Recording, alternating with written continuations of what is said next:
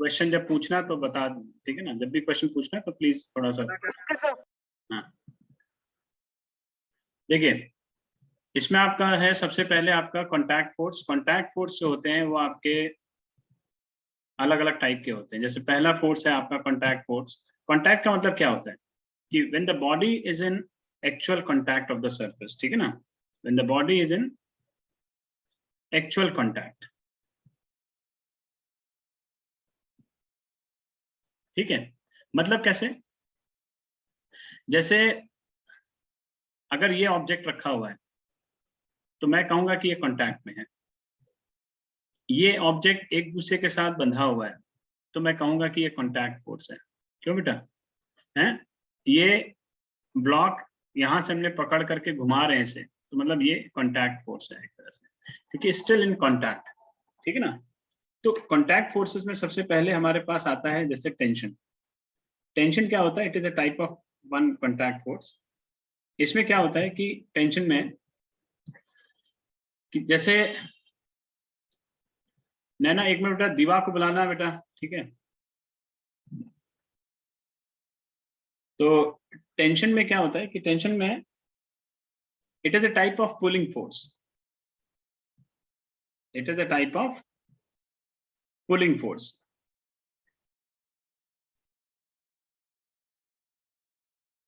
ठीक है, pulling force कैसा, मतलब कि जो एक दूसरे को अपनी तरफ खींचे, जैसे ये। सर लीनियर मोमेंटम के बाद तो सर शायद इम्पल्स आता है ना। अरे छोड़ो ना, अभी इम्पल्स फोर्स, इम्पल्स के लिए फोर्स का पढ़ना जरूरी होता है, बिना फोर्स के भी कैसे पढ़ लोगे। सर देवा पासपोर्ट के लिए गई हुई है। अच्छा अच्छा ठीक है। तो जैसे ये है आपका ए, ये है बी। तो ए जो है वो फोर्स लगा रहा है बी के ऊपर, यानी अपनी तरफ पुल कर रहा है। जैसे आपने देखा होगा कि आप लोग अगर नहीं होता है कि भाई, जैसे सपोज करिए अगर मैं आपसे कहूं कि भाई आप किसी को खींच रहे हैं और कोई आपको खींच रहा है, लेकिन दोनों लोग स्टेशनरी हैं, तो इसका मतलब क्या है, अगर दोनों लोग स्टेशनरी हैं इसका मतलब ये कि मैं जितना फोर्स उसके ऊपर लगा रहा हूँ उतना ही वो फोर्स हमारे ऊपर लगा रहा है, तभी तो स्टेशनरी है बेटा। नहीं, तो आप एक चीज नोटिस करना कि दोनों के हाथों में टेंशन होगा, ये दोनों के हाथ एकदम टाइट होंगे। इसका मतलब क्या है, तो टेंशन क्या है कि अगर मैं ये एरो का, इस एरो का सिग्निफिकेंस क्या है, इस एरो का सिग्निफिकेंस है कि बी जो है वो ए को अपनी तरफ खींच रहा है, और इसका सिग्निफिकेंस क्या है कि ए जो है वो बी को अपनी तरफ खींच रहा है। तो यहाँ पे दोनों ही, ठीक है, तो ये टेंशन है दोनों तरफ से, ये पुल कर रही है। तो tension it is a kind of pulling force, not pushing force, ये ध्यान रखना।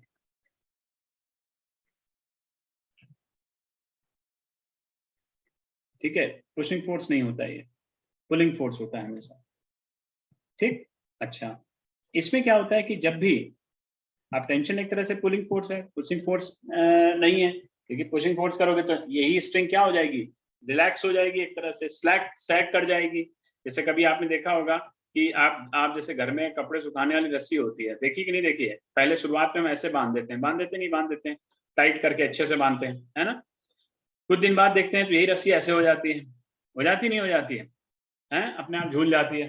तो ये क्यों होती है, क्योंकि ये सैग कर गई, है ना, ये सैग कर गई। तो ये क्या है एक तरह से, तो ये it is a type of pulling force, not pushing force. तो ये अगर इस तरह से अगर हो रही है तो इसका मतलब टेंशन कम हो रही धीरे धीरे, इसमें टेंशन कम होती जा रही है, पहले ज्यादा थी अब कम होती जा रही है, यानी इसका मतलब इसमें लेंथ बढ़ रही है। तो एक चीज ध्यान रखिएगा कि अगर स्ट्रिंग मासलेस है, ये भी एक पॉइंट नोट करके रखेंगे आप कि if the string is massless, ठीक है, then tension remains same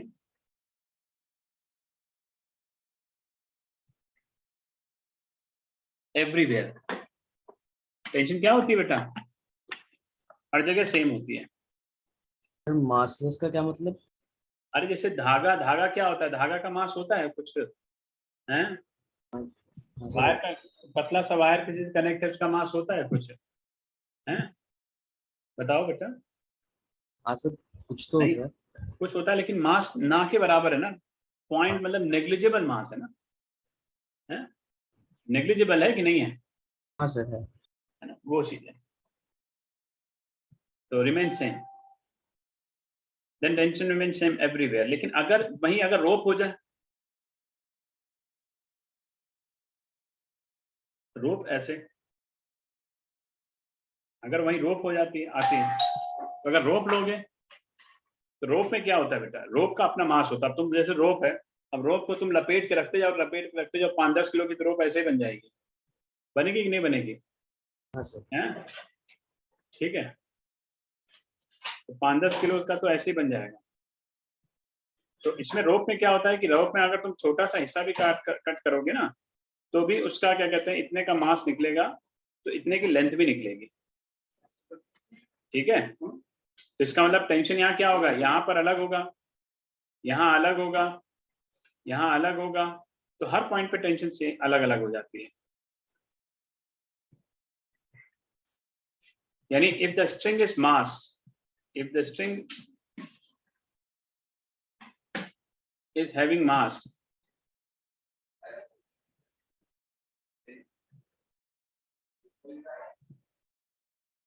okay, then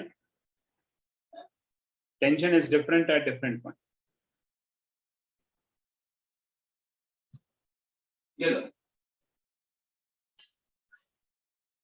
At different point.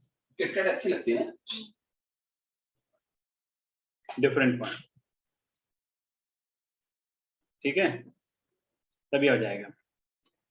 तो यहाँ पे TA is not equal to TB is not equal to TC। ठीक है, याद आएगा।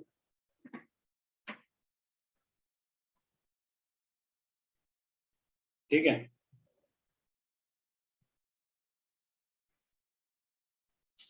लिखो लिखो जल्दी से, नोट करो बेटा।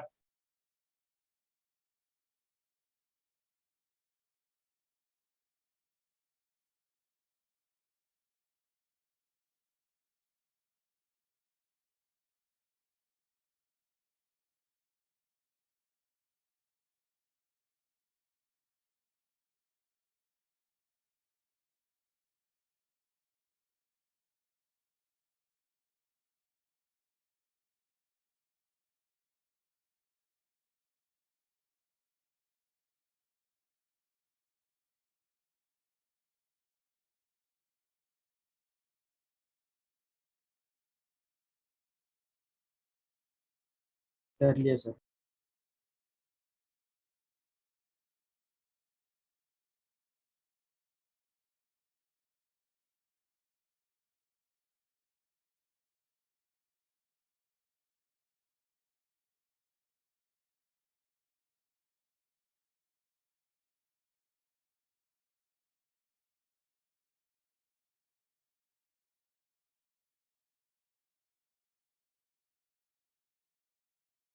लिखो बेटा आगे। ठीक है, इसके बाद है, सर एक बार पीछे दिखा दो last slide.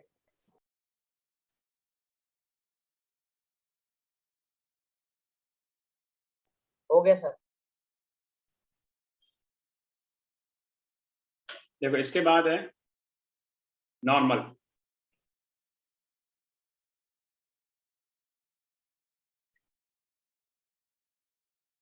Normal force oblique reaction.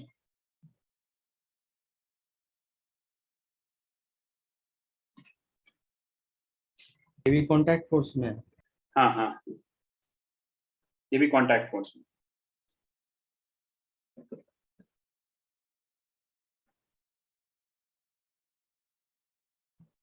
तो नॉर्मल फोर्स क्या होता है, लिख लो पहले।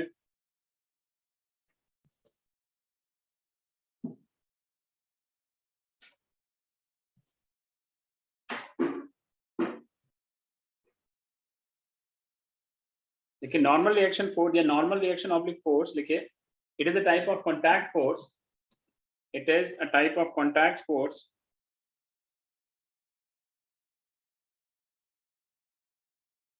it is a type of contact force which is perpendicular to the surface, which is perpendicular to the surface। लिखिए, which is perpendicular to the surface। आगे लिखो, ठीक है, लिखिए, आगे लिखेगा, it is radially outward, radially का मतलब होता है बिल्कुल परपेंडिकुलरली आउटवर्ड। रेडियल का मतलब क्या होता है? परपेंडिकुलरली आउटवर्ड, ठीक है ना, रेडियली आउटवर्ड।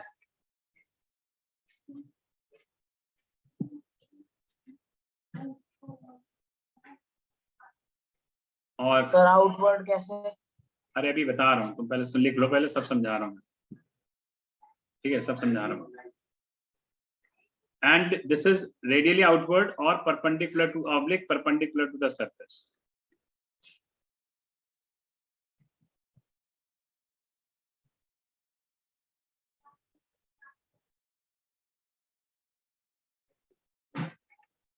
ठीक है।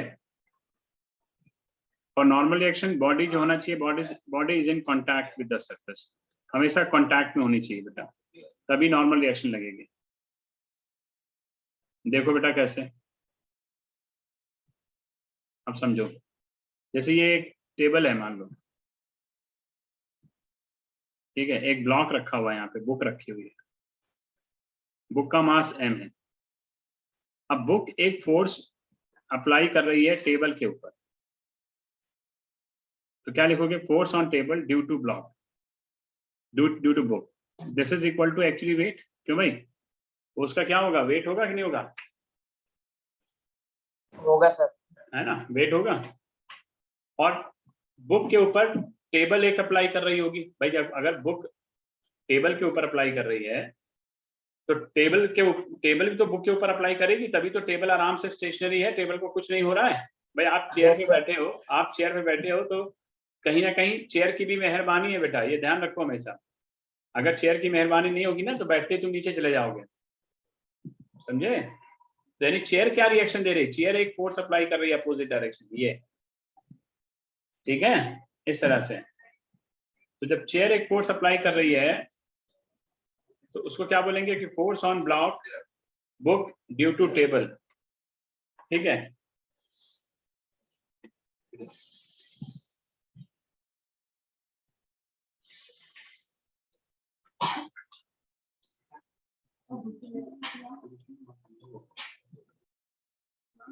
Uh, this is equal to N, ठीक है, दिस इज एन। तो इसको कहते हैं नॉर्मल रिएक्शन, यानी रिएक्शन फोर्स क्या हुआ? जो टेबल से मिला, जो टेबल से मिला, और ये कैसा होता है? सरफेस के परपेंडिकुलर हमेशा। तो अब जैसे अगर मैं बात करूं कि इस बुक में, अगर मैं इस बुक को कहीं पे भी, अगर मैं कहता हूं मैं ये एक अलमीरा है, एक अलमीरा ऐसे रखी हुई है मान लीजिए, तो इसमें भी क्या है? इसमें भी जो है, इसका वेट कहाँ है बेटा? वेट नीचे, और रिएक्शन कहाँ है बेटा? ऊपर, ठीक है, वेट नीचे और रिएक्शन कहाँ है? ऊपर की तरफ। तो ये रिएक्शन फोर्स हो जाएगा। तो कहीं पर भी जो है, ठीक है, ठीक है,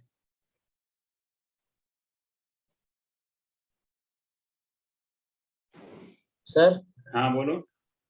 सर ये तो जमीन, इसकी टेबल की बात हो गई, अगर हम जमीन पर खड़े हैं तो जमीन भी फोर्स दे रही हाँ होगी। ऑब्वियस है, ऑब्वियस है, तो जमीन फाड़ के नीचे नहीं चले जाओगे तुम पे, हैं? Okay sir. रिएक्शन बेटा हर जगह से मिलता है, ठीक है, रिएक्शन उसको हर जगह से मिलेगा, ये ध्यान रखना। Okay sir.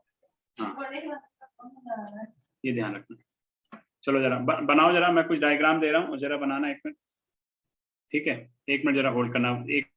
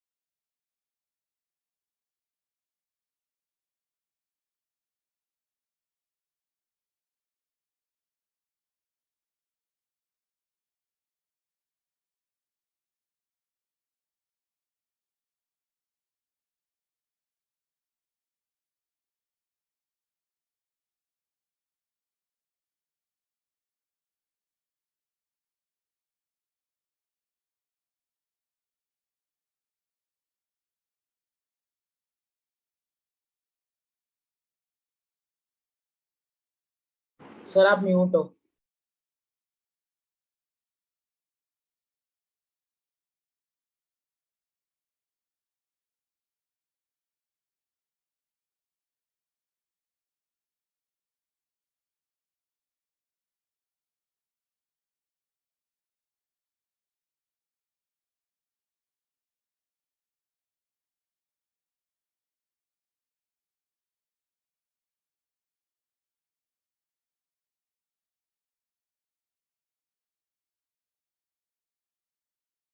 सर ये आपने किया?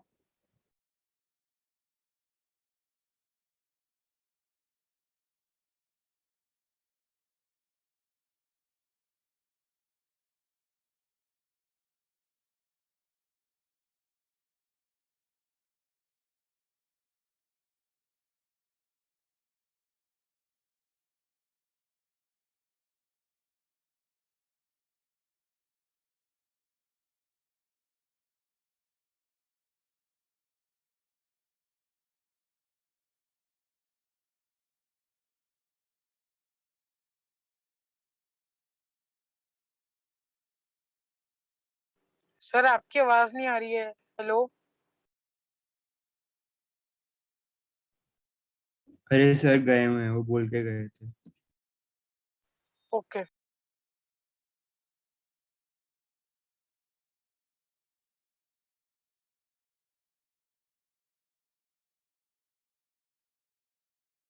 डायग्राम बनाने हैं? बोला था उन्होंने बनाने के लिए।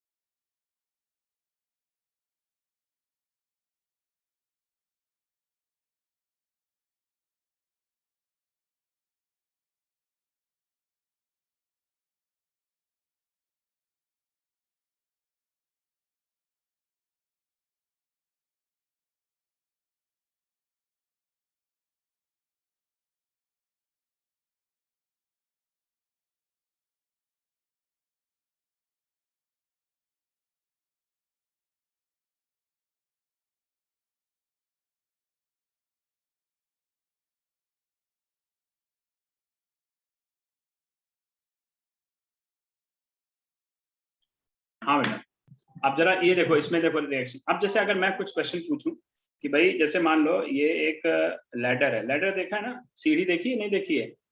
हैं? Yes ladder, sir. हाँ ये लैडर है मान लो।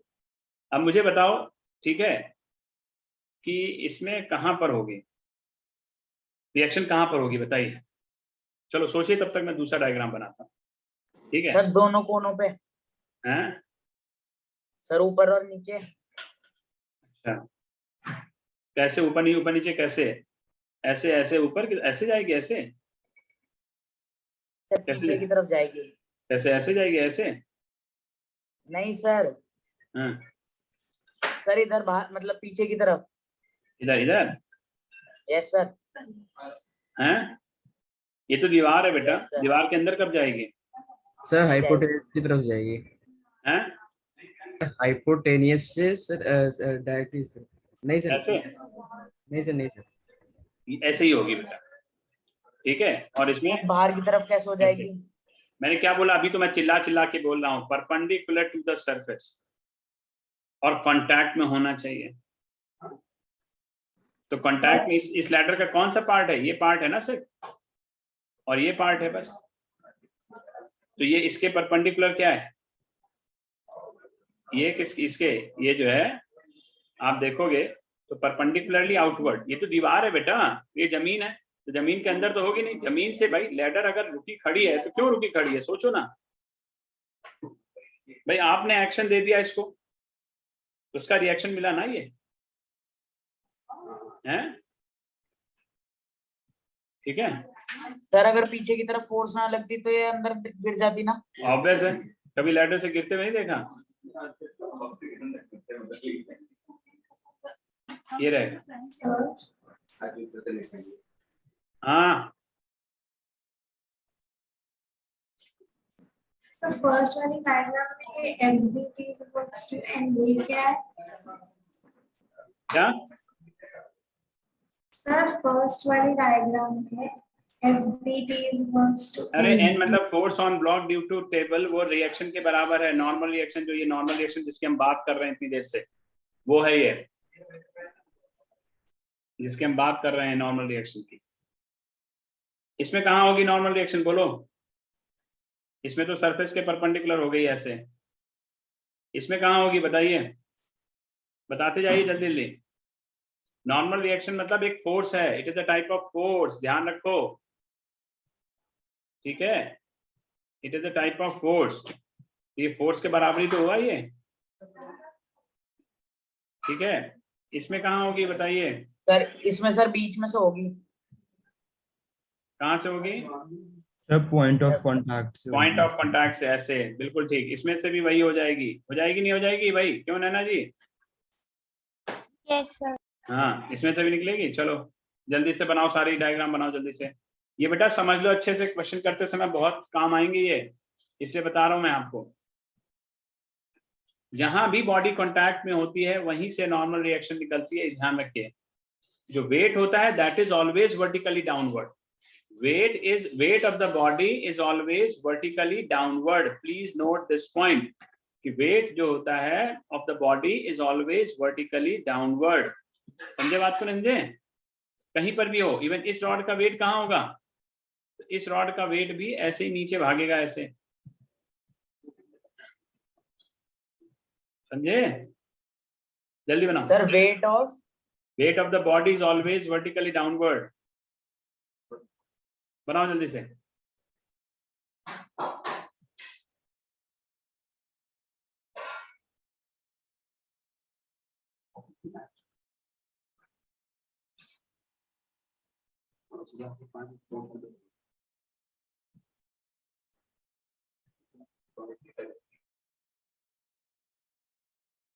सर बना लिया।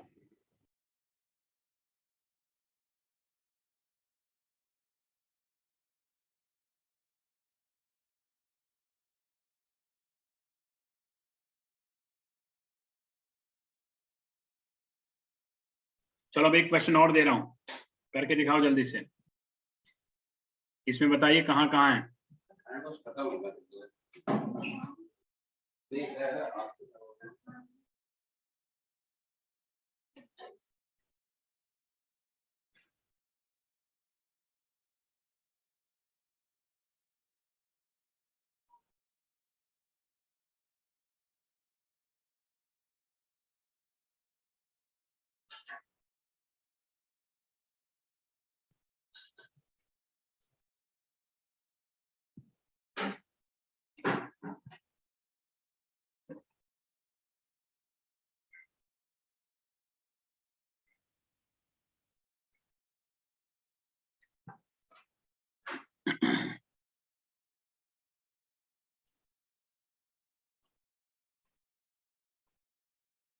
चलो बताओ कहाँ कहाँ नॉर्मल रिएक्शन होगी, जल्दी बोलो। 3 मासेस हैं ये, ठीक है? ये M, M और M, तीनों की वेट कहाँ पर है और नॉर्मल रिएक्शन कहाँ कहाँ पे है, जल्दी जल्दी बताइए। सर कॉर्नर्स में होगी। कॉर्नर्स पे होगी सर, जहां पर टच कर रहे हैं। जहां पर टच कर रहे हैं, कहाँ कहाँ पे? यहाँ पर, यहाँ पर, यहाँ भी तो टच कर रहे हैं, यहाँ भी Yes. टच कर रहे हैं, सर तो हाँ। होगी सर यहाँ पे भी। यहाँ भी टच कर रहे हैं, यहाँ भी टच कर रहे हैं, यहाँ भी टच कर रहे हैं, यहाँ भी टच कर रहे हैं, तो यहीं पर होंगी सब जगह, यस सर। हैं? हाँ तो ये Yes, नॉर्मल, sir. हाँ तो हर जगह ऐसे नॉर्मल रिएक्शन होगी, ठीक है? ड्रॉ करो, चलो जल्दी से ड्रॉ करो सब, चलो ड्रॉ करिए। जहां भी बॉडी कांटेक्ट में होगी नॉर्मल रिएक्शन वहां पर मिलेगी, ठीक है? इस चीज का ध्यान रखें।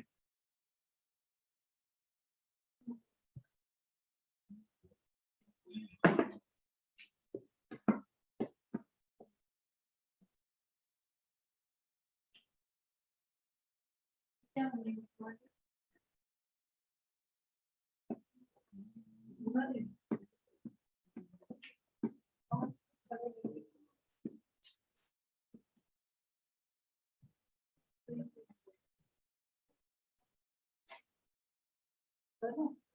बना लिया। ठीक है, बताया मत करो, मैं बता दूंगा, पूछ लूंगा।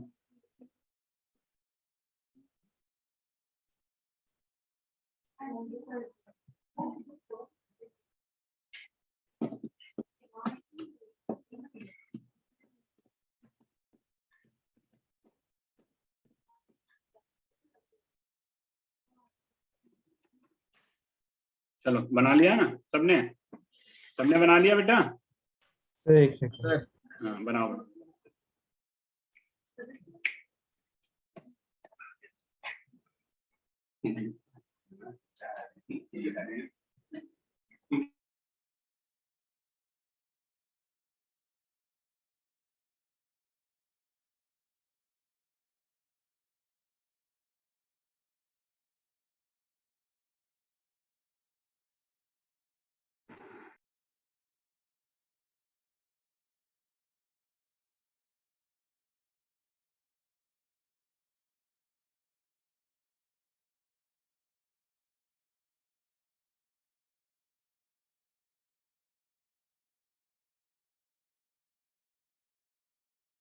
बना लिया सर। हाँ ठीक है, चलो देखो अब लिखो आगे। ठीक है, अब दूसरा है, जैसे इसमें तीसरा एग्जांपल है फ्रिक्शन फोर्स का, लेकिन फ्रिक्शन फोर्स भी एक टाइप का कांटेक्ट फोर्स होता है, लेकिन इसके बारे में डिटेल में हम थोड़ा बाद में पढ़ेंगे, टॉपिक ही पूरा पढ़ेंगे। Friction force, this is always a type of contact force, ठीक है ना, this is a type of contact force, ठीक है, कांटेक्ट टाइप होता है ये भी। तो फ्रिक्शन फोर्स भी होता है, ठीक है। एक आपका स्प्रिंग फोर्स भी कांटेक्ट टाइप होता है बेटा। स्प्रिंग फोर्स भी कैसा होता है? कांटेक्ट होता है, कांटेक्ट फोर्स होता है एक तरह से, ठीक है। चलो अब लिखो आगे। तो ये होता है, ये कुछ फोर्सेस हैं, इनके बारे में थोड़ा सा आपको ध्यान रखना है। चलो अब हेडिंग डालो, लिखे Newton second law of motion. Heading डालो बेटा, Newton second law of motion, ठीक है, Newton second law of motion.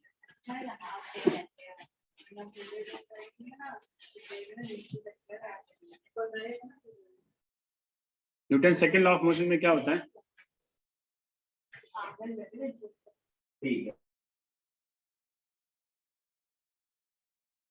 Sir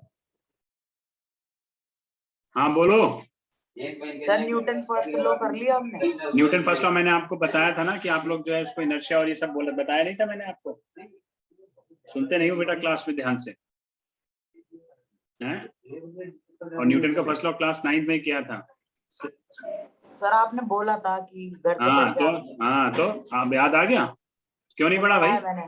फिर चलो लिखिए Newton second law of motion, लिखिए दिस लॉ स्टेट दैट, लिखिए this law state that, this law state that, लिखिए the rate of change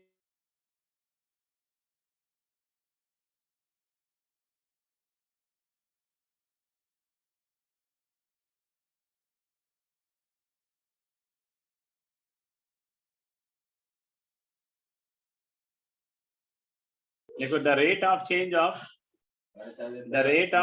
of linear momentum, the rate of change of linear momentum of a body। बेटा नैना थोड़ा सा linear momentum के बारे में P = mv formula होता है, ठीक है, ये ध्यान रखना। आप क्लास 9th में भी आप लोगों ने पढ़ा था इस चीज को, याद होगा अगर तो, है ना। The rate of change of linear momentum of a body is directly proportional to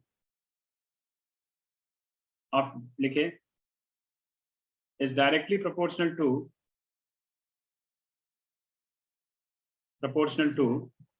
the applied external force। तो F external is proportional to delta P by delta T, ठीक है। तो FEXT तुम्हारा क्या होता है? Delta P by delta T। FEXT हो जाएगा बेटा K delta P by delta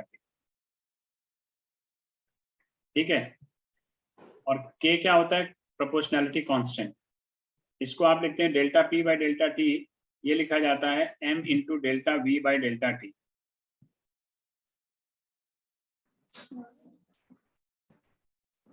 ठीक है।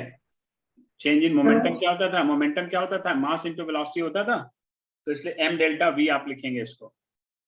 तो m डेल्टा v बाई, और delta v by delta t क्या होता है? एक्सेलरेशन। पिछला बेटा पढ़ के रखो, ठीक है, ये सब फॉर्मूले याद होने चाहिए। हाँ So can you please repeat? Actually disconnect हो गया था।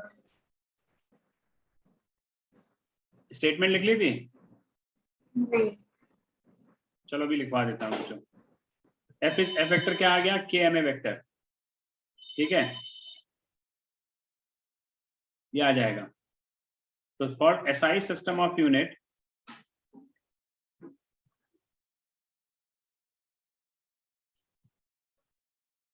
के इज इक्वल टू 1 होता है बेटा। हम के यानी के स्पेसिफिकली 1 के बराबर लेते हैं, तो एफ इज इक्वल टू, ये फॉर्मूला आएगा एम ए के।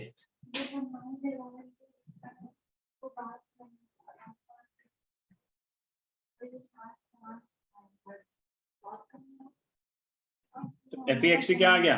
एम ए वेक्टर के इक्वल। तो ये होता है न्यूटन का सेकंड लॉ। तो लिख लो, आप लोग लिखो, आप लिखिए the rate of change of linear momentum of a body, the rate of change of linear momentum of a body is directly proportional to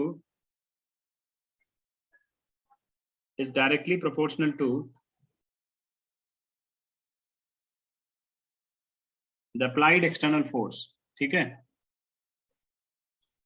अच्छा, एक चीज ध्यान रखना बेटा, जो ये एक्सटर्नल फोर्स है ना, जैसे मान लो ये कोई बॉडी है, इसको बॉडी ना मान के मैं एक सिस्टम ले लेता हूँ मान लीजिए। तो देखिए फोर्स दो तरीके से लगते हैं। एक लगता है by the surrounding on the system, ठीक है ना। क्या लगता है? By the surrounding on the system.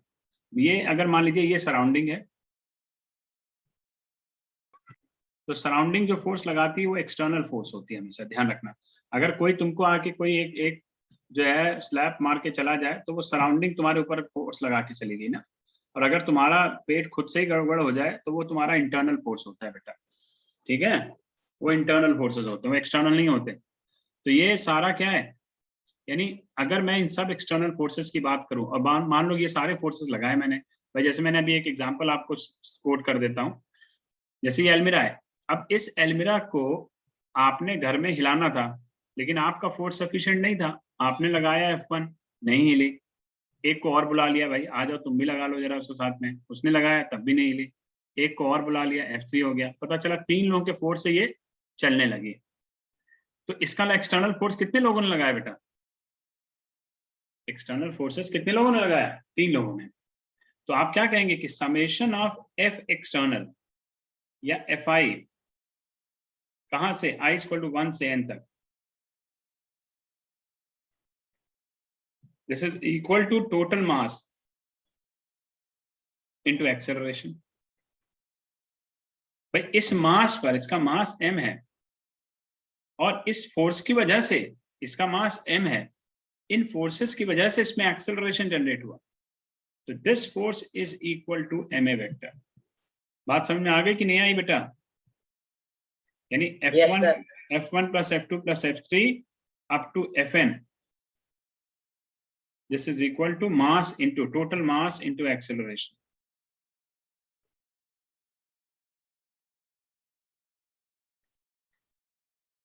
बराबर है? Yes sir.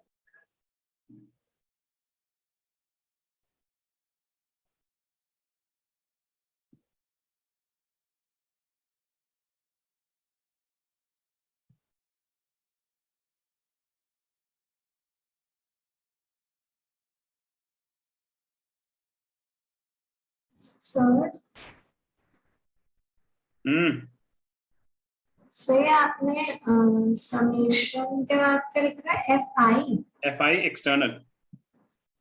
Okay, thank you.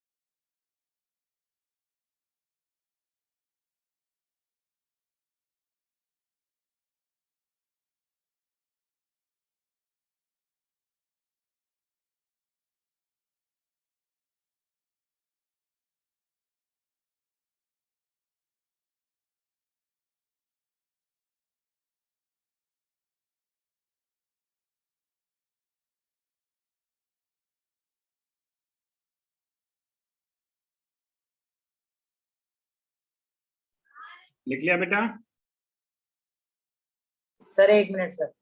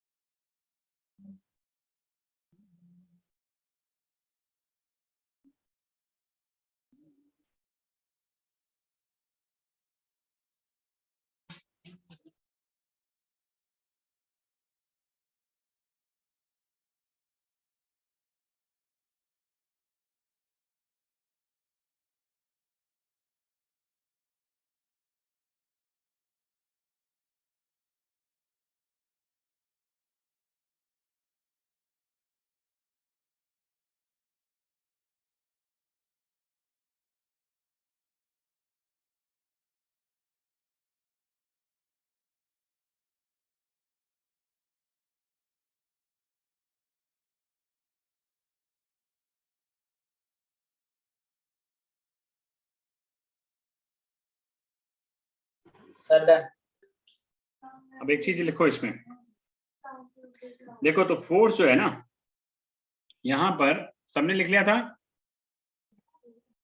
तो फोर्स यहाँ पे दो अलग अलग तरीके से, एक तो लगता है by the surrounding on the system,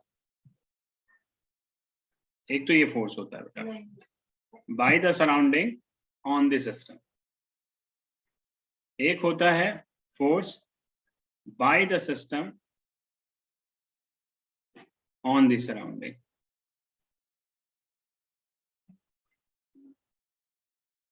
एक होता है force by the system on the system. ये ध्यान रखना, ये अलग अलग देखो, अब जरा हर एक का मतलब समझो। और एक होता है force by the surrounding on the surrounding.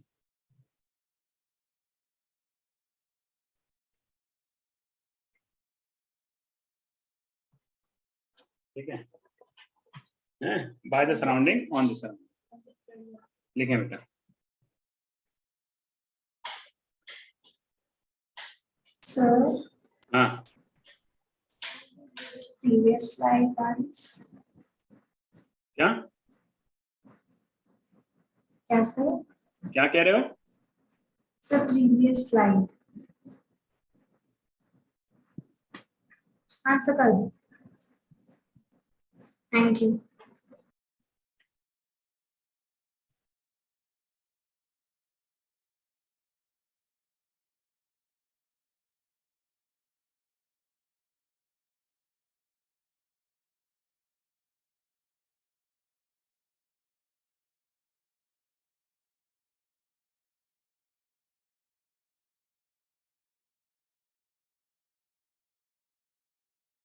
Sir बोलो। सर ऊपर की 2 फोर्स तो समझ में आ गई, नीचे की ये 2 कैसे लगेंगी सर आपस में? जब आपस में अपने अपने आप से जब लड़ाई लड़ते हो ना, वो सिस्टम टू सिस्टम होती है। सर अपने आप में कैसे लड़ाई करते हैं मतलब? अपने आप से क्यों नहीं लड़ते हो? जब एग्जाम होता है तो कौन किससे लड़ता है? दूसरे को मारने जाते हो? अपने आप से लड़ते हो ना, कि मैं पढ़ूंगा Yes, sir. और पढ़ूंगा, मेहनत करूंगा तो मैं पास हो जाऊंगा और अच्छे नंबर। कौन लड़ता है? किससे लड़ता है? अपने आप से लड़ता है कि दूसरे को जाके मारता है? बोलो। सर अपने आप से। वो सराउंडिंग टू सराउंडिंग, वो सिस्टम टू सिस्टम होता है। ठीक है, यानी जब बॉडी के अंदर बॉडी के इंटरमॉलिक्यूलर फोर्सेस जिसको बोलते हैं, कौन से? बॉडी के इंटरमॉलिक्यूलर फोर्सेस। जो इंटरमॉलिक्यूलर फोर्सेस होते हैं वो। अब कोई जब रिजिड बॉडी होती है तो इसका इंटरमॉलिक्यूलर फोर्सेस क्या होता है बेटा?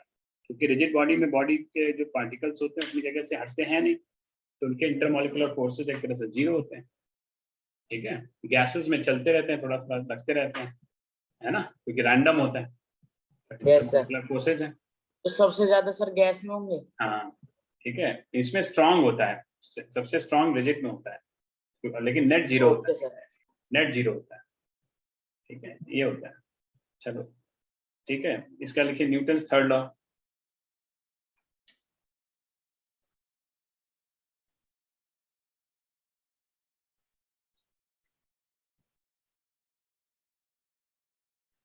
न्यूटन्स थर्ड लॉ क्या था कि every action has an equal and opposite reaction.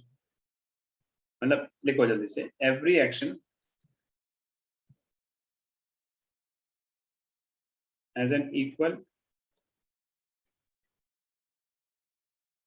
and opposite reaction. ठीक है, जैसे अगर एक ब्लॉक ये रखा हुआ है, दूसरा ब्लॉक ऐसे रखा हुआ है,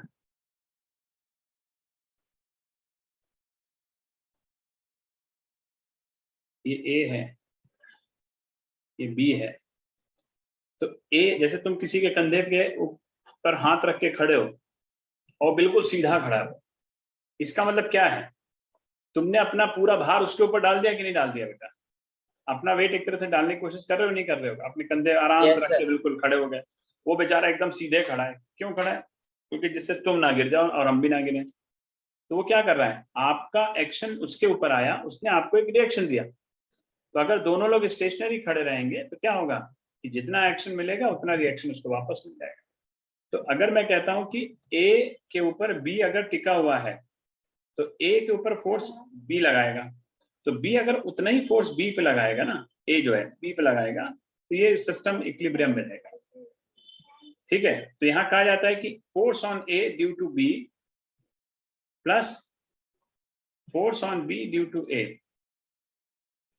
तो दिस इज इक्वल टू 0। तो FAB जो है this is equal to minus of FBA। ठीक है, ये नेगेटिव साइन क्या बता रहा है, ये बताता है अपोजिट डायरेक्शन।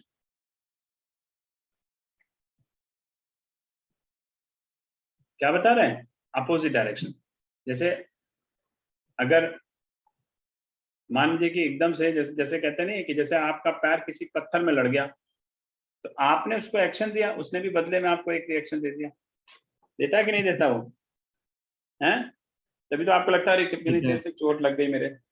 तो एक्शन आपने किया, उसने रिएक्शन दे दिया, बस खत्म, और कुछ नहीं किया उसने। तो ये भी है। ठीक है, तो कहीं पे भी कोई भी दो ब्लॉक रखेंगे, जैसे सपोज करिए जैसे ये दो एक ब्लॉक A है और ये ब्लॉक B है। अब ये जा करके मान लीजिए इससे टक्कर लगा मारता है, जा करके इसको हिट करता है, तो अब टक्कर मारने के बाद में ये जो है A वाला इसके ऊपर फोर्स लगाएगा, तो उतना ही रिएक्शन उसको भी देगा। जैसे आप कभी देखना, सेम कॉइन ले लो बेटा, आप सभी लोग करना, इस प्रैक्टिकल को जरूर करना, सेम कॉइन लेना और सेम कॉइन से आप जो है इसके सेंटर और सेंटर को मार्क करना और इसको इस तरह से मारना कि इसके सेंटर पे हिट हो, मतलब लगे कि इसकी सेंटर ऑफ लाइन पे हिट हो रहा है। तो आप देखोगे कि ये वाला तो चल देगा, ये रुक जाएगा कॉइन। आप ऑब्जर्व करना, दोनों अगर ₹1 के कॉइन सेम आइडेंटिकल सब कुछ ले लेना और उसके बाद हिट करना, तो आगे वाला तो चल देगा, पीछे वाला वहीं रुक जाएगा। क्यों रुक जाएगा? क्योंकि इसके ऊपर जो फोर्स लगा उसका रिएक्शन इसको मिला। ठीक है, तो जितना फोर्स इसके ऊपर लगा उतना ही रिएक्शन इसके ऊपर इसको मिल गया वापस। तो एक्शन रिएक्शन का मतलब भी यही होता है। ठीक है ना, एक तरह से इसको क्या बोलते हैं कि अपोजिट इन नेचर। दूसरी पहली चीज होता है कि फोर्सेस का मैग्नीट्यूड अपोजिट होता है, मैग्नीट्यूड डायरेक्शन अपोजिट होता है। ठीक है, बट मैग्नीट्यूड जो होता है वो सेम होता है, मैग्नीट्यूड रिमेन सेम।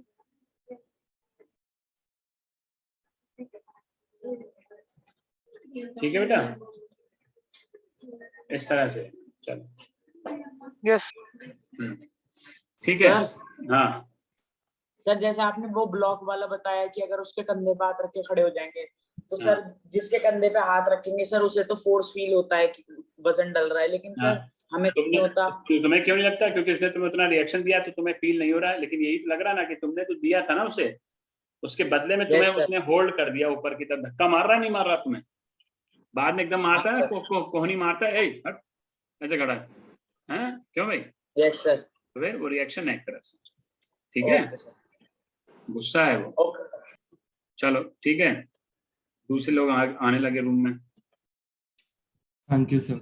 ठीक है, okay sir, thank you sir. हाँ संडे भी क्लास लूंगा बेटा इस बार। Okay okay sir. हाँ संडे सब प्रोजेक्ट टाइम की ना